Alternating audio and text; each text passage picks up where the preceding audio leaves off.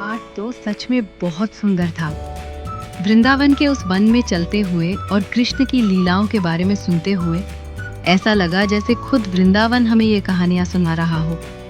सच कह रही हो, हर जगह हर पेड़ ऐसा लगता है जैसे आज भी कृष्ण की बचपन की यादें वहां जीवित है।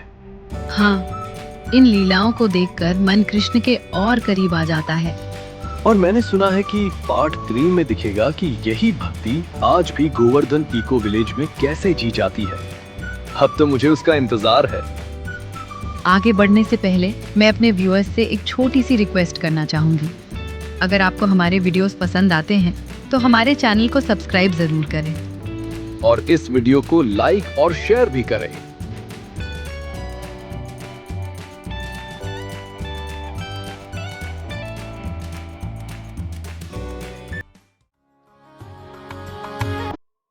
ये है पवित्र इमली ताल, जहाँ कहा जाता है कि श्री कृष्ण भक्तों के साथ विश्राम करते थे। इसी स्थान पर श्री चैतन्य महाप्रभु ने भी भक्ति में डूबकर हरिनाम संकीर्तन किया था। आज भी यहाँ की शांति मन को भक्ति और श्रद्धा से भर देती है। यमुना के शांत तट, जहां श्री कृष्ण की अनेक लीलाएं घटित हुई, इसकी लहरों में भक्ति और इतिहास की अनगिनत कहानियां समाई हैं। आज भी यमुना के किनारे वही शांति और भक्ति का अनुभव होता है।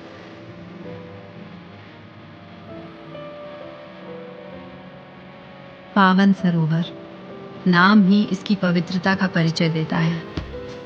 माना जाता है कि इस जल में स्नान और स्मरण से मन शुद्ध हो जाता है। यहाँ का वातावरण आत्मा को शांति से भर देता है।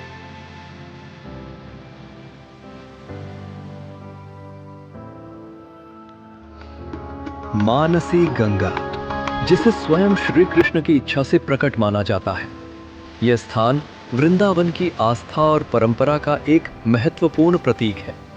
यहाँ हर क्षण भक्ति की गूंज सुनाई देती है।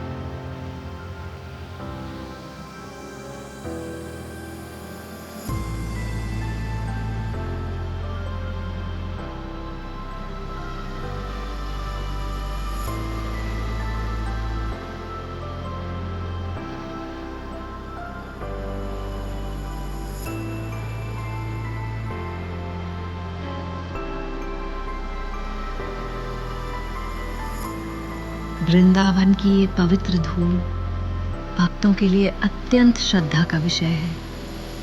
कहा जाता है कि इस धूल में भगवान के चरणों का स्पर्श समाया है, इसलिए हर कण भक्ति की याद दिलाता है।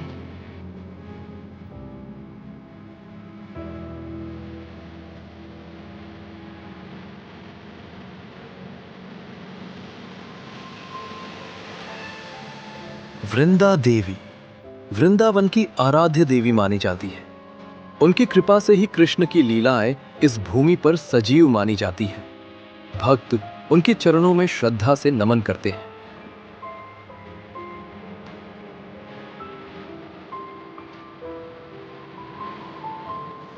यही वो क्षण था जब अक्रूर जी श्री कृष्ण और बलराम को मथुरा ले जाने आए। वृंदावन की धरती और गोप गोपियों के लिए ये विदाई बहुत भावुक थी, पर इसी यात्रा से एक नई लीला की शुरुआत हुई।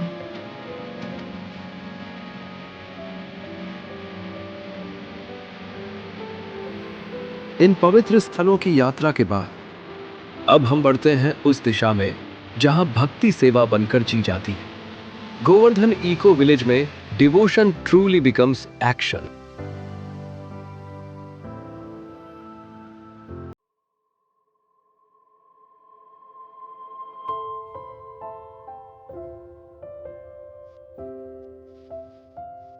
गौशाला, जहाँ गायों की सेवा प्रेम और श्रद्धा से की जाती है।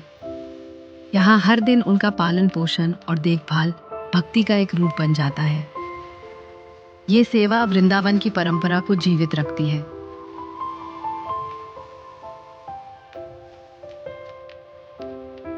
गोवर्धन अन्न क्षेत्र, जहां भोजन को सेवा माना जाता है। यहाँ आने वाले हर व्यक्ति को प्रेम से प्रसाद स्वरूप भोजन दिया जाता है। ये परंपरा दया और समर्पण का सुंदर उदाहरण है। गोविंदम रेस्टोरेंट, जहां सात्विक भोजन प्रेम से परोसा जाता है। यहाँ का हर व्यंजन सरलता और पवित्रता का अनुभव कराता है, जैसे भोजन भी भक्ति का ही एक हिस्सा हो। इको विलेज बाजार, जहां गांव की प्रतिभा और मेहनत को मंच मिलता है।